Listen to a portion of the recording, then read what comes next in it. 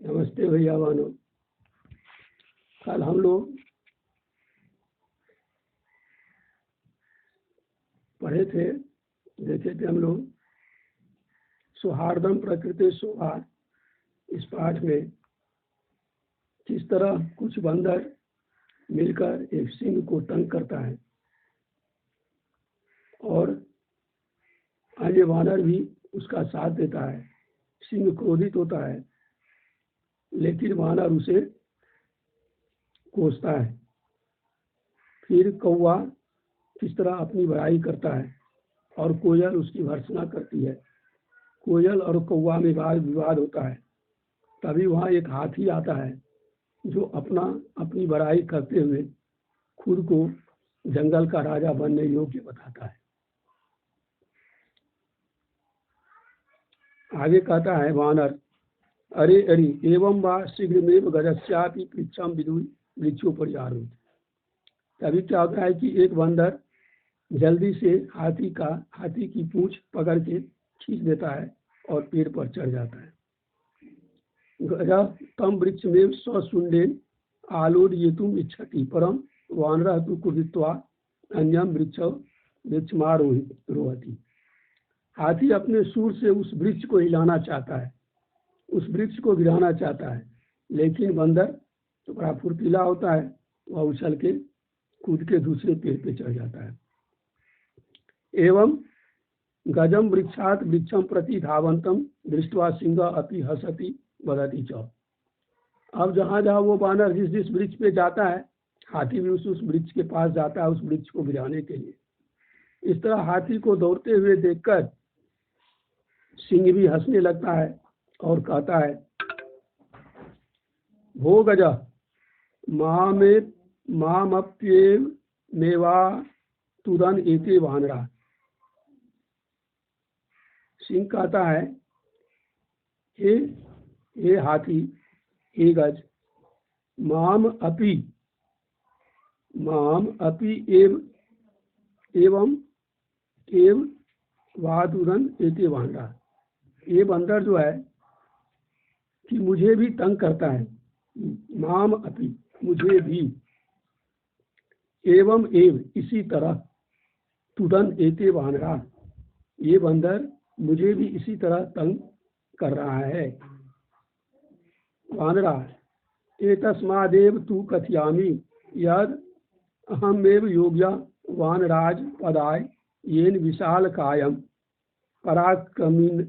पराक्रमीणम भयंकरम चापि सिंहम गजम वा पराजेतु समर्था अस्माकं जाति।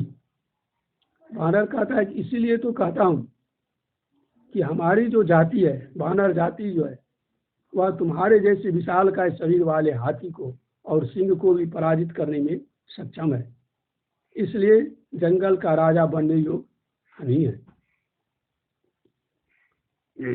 अतः वन्य जंतु नाम रक्षाये वयम एव क्षमा। कहता है कि इसलिए वन्य जीव की रक्षा करने में हम ही समर्थ हैं। एतत् सर्वं श्रुत्वा नदी मध्य स्थित एक अबक। इन सब को सुनते हुए नदी के बीच स्थित एक बगुला वह आता है और बोलता है, अरे अरे माम व्याय कथम अन्य कोपी राजा भवितुम अर्हति। वह बगुला कहता है, अरे मेरे रहते हुए कोई दूसरा कैसे जंगल का राजा हो सकता है।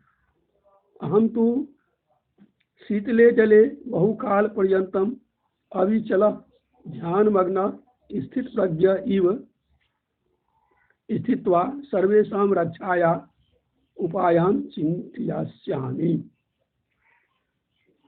बगला कहता है कि मैं शीतल जल में बहुत काल तक बिना इधर उधर हुए अविचल स्थिर होकर ध्यान मग्न होकर स्थित प्रज्ञ के समान स्थित होकर सर्वेषां रक्षाया सभी की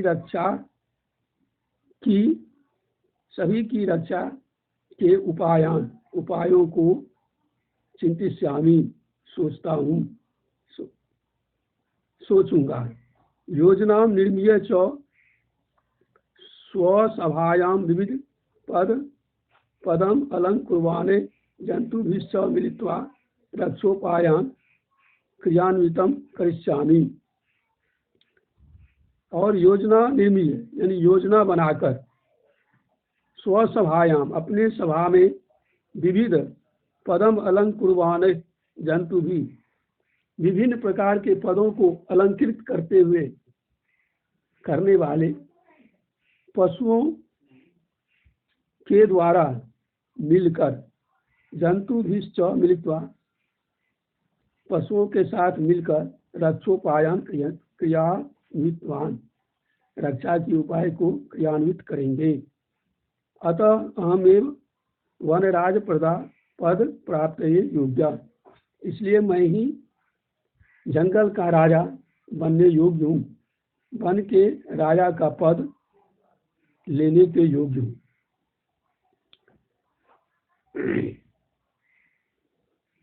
क्या होता है कि बगुला जो पानी में रहता है, वह नदी से आकर कहता है कि भाई मैं ठंडे जल में बहुत काल तक स्थिर होकर रहता हूँ और ध्यान मग्न होकर स्थित प्रज्ञ के समान वह कि सभी जीवों की रक्षा के विषय में सोचूंगा और योजना बनाऊंगा, और सभी जो जंगल के पशु है उन्हें विभिन्न प्रकार का भिन्न पद देकर उनके साथ मिलकर हम सभी की रक्षा की उपाय को सोचेंगे, और इस तरह जो है कि मैं ही जंगल के राजा बनने योग्य हूँ। मयूरा, तभी वहाँ एक मोर आता है और वृक्षोपरितः सट्टाहास पूर्वकम, वृक्ष के पास वह जो है कि वृक्ष के ऊपर वह मोर अट्टहास करता है और कहता है, विरम विरम आत्मश्लाघया किम न जानसी, कहता है कि ठहरो ठहरो, अपनी बड़ाई मत करो, तुम नहीं जानते, यदि न स्यानरपति समयंग नेता तथा प्रजा आकर्ण धारा जलधो विप्लवेत नौरीव, कहता है कि यदि न स्यान नरपति सम्यंग नेता तथा प्रजा, यदि राजा सम्यक न हो, राजा ठीक न हो, तो क्या होगा, प्रजा और कर्ण धारा जल दो विप्लवेत नौरीव, जल के धारा में, बाहर की जो जल की धारा होती है, तेज जल की जो धारा होती है, उसमें क्या होगा, प्रवाहित हो जाएगा। अर्थात यदि राजा अच्छे नहीं होंगे तो प्रजा का कल्याण नहीं होगा। को न जानाति तब ध्यान अवस्थाम, तुम्हारे ध्यान अवस्था को कौन नहीं जानता। स्थित प्रज्ञ इति व्याजेन वराकान मीनान छलेन अधिग्री क्रूरतया भक्ष्यसी, वह मोर कहता है कि तुम्हारे ध्यानावस्था को कौन नहीं जानता है। स्थित प्रज्ञ होकर और व्याजेन छल से, वराकान बेचारे, मीनान मछलियों को, छलेन छल से, अधिग्री पकड़कर, क्रूरता से, भक्ष्यसी खाते हो। धिक्त्वाम तुम्हें धिक्कार है, तब कारणात तू सर्वम पक्षीकुल मेवा मानितम जाता, तुम्हें धिक्कार है, तुम्हारे कारण तो संपूर्ण पक्षीकुल ही अपमानित हो रहा है। तुम स्थित प्रज्ञ होकर छल से मछलियों को, बेचारी मछलियों को मार के खा जाता है क्रूरता से, इसलिए संपूर्ण पक्षी जाति ही अपमानित हो रहा है। वानर, तब वानर कहता है, सगर्भम गर्भपूर्वक कहता है, अतएव कथयामि इसीलिए कहता हूँ, यत अहम एव योग्य वनराज पदाय, मैं ही वन के राजा के पद के योग्य हूँ। शीघ्रमेव मम राज्याभिषेकाय तत्परा भवन्तु सभी वन्य जीवा। सभी वन्य जीव जल्दी से मुझे राज्याभिषेक करने के लिए तैयार हो जाओ। मयूर, अरे वानर, तुष्णिम भाव कथम त्वम योग्य वनराज पदाय। मयूर कहता है वानर से कि चुप हो जाओ, किस तरह तुम वन के राजा के पद के योग्य हो। पश्यतु पश्यतु मम शिरसि राजमुकुटमिव शिखाम स्थाप्यता विधात्रा एवाहम पक्षीराज कृतः। देखो मेरे सिर पर ये जो राजमुकुट के समान शिखा है, इसको स्थापित करके भगवान ने स्वयं, विधाता ने स्वयं मुझे वन का राजा बना दिया है। अतः वने निवसतम माम वनराज रूपे नापि द्रष्टुम सज्जा भवन्तु अधुना।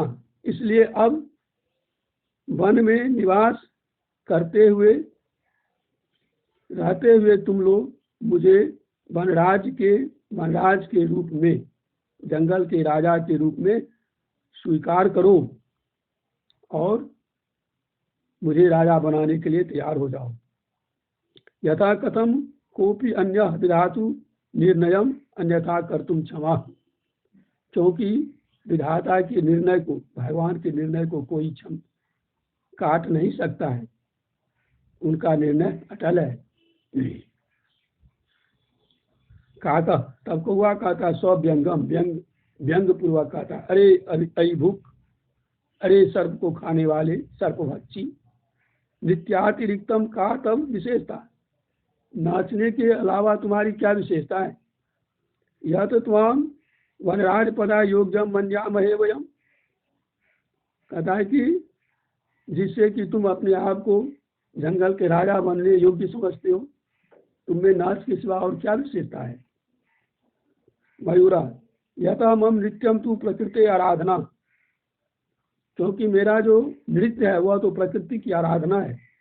पश्य पश्य, देखो देखो, मम पृच्छानाम पूर्वम सौंदर्यम, मेरे पुच्छों का, मेरे पक्षों का, मेरे पंखों का ये अपूर्व सौंदर्य देखो। पिच्छानुद्घाट है नित्यम मुद्रायाम स्थितः सना। मोर अपने पंख को फैलाकर नाचने की स्थिति में आ जाता है। ना कोपी त्रैलोक्य मत सदृशा सुंदरा, तीनों लोकों में कोई मेरे समान सुंदर नहीं है। वन्य जंतु नाम उपरि आक्रमण करता राम तु हम स्वसौंदर्येन नित्येन च आकर्षितम कृत्वा वनात् बहिष्करिष्यामि। कहता है कि वन्य जंतु नाम उपरि आक्रमण करतारम तु हम स्वसौंदर्येन नित्येन च आकर्षितम कृत्वा। कहता है वन्य जीवों के ऊपर अपने नाच, सुंदर नाच से आकर्षित करके वनात् बहिष्करिष्यामि, वन से बाहर कर सकता हूँ। अतः अहमेव योग्य वनराज पदा है, इसलिए मैं ही राजा के पद के लिए योग्य हूँ। एतस्मिन्नेव काले व्याघ्र चित्रको अपि नदी जलम पातुम आगतो एतम विवादम श्रीयुत वदता च। इसी समय क्या होता है कि वहां पर व्याघ्र चित्र को,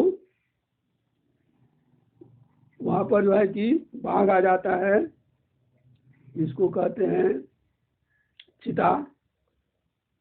वहां पर एक चीता आ जाता है और नदी के जल पीने के लिए वहां पर एक चीता आ जाता है और उन सबों के विवाद को सुनकर बोलता है, अरे किम वान राज पदाय सुपात्रम चियते।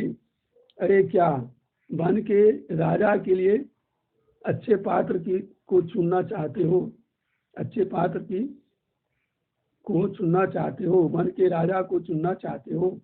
एतर्थम तू आवामेव योग्यो, इसके लिए तो हम दोनों ही योग्य हैं।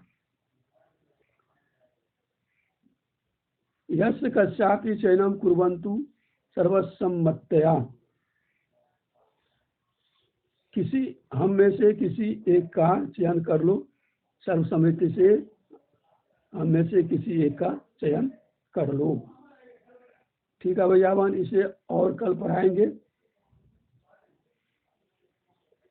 इसमें आए हुए षष्ठी और सप्तमी विभक्ति युक्त पदों को चुनकर आज आप लोग लिख के भेजेंगे। धन्यवाद।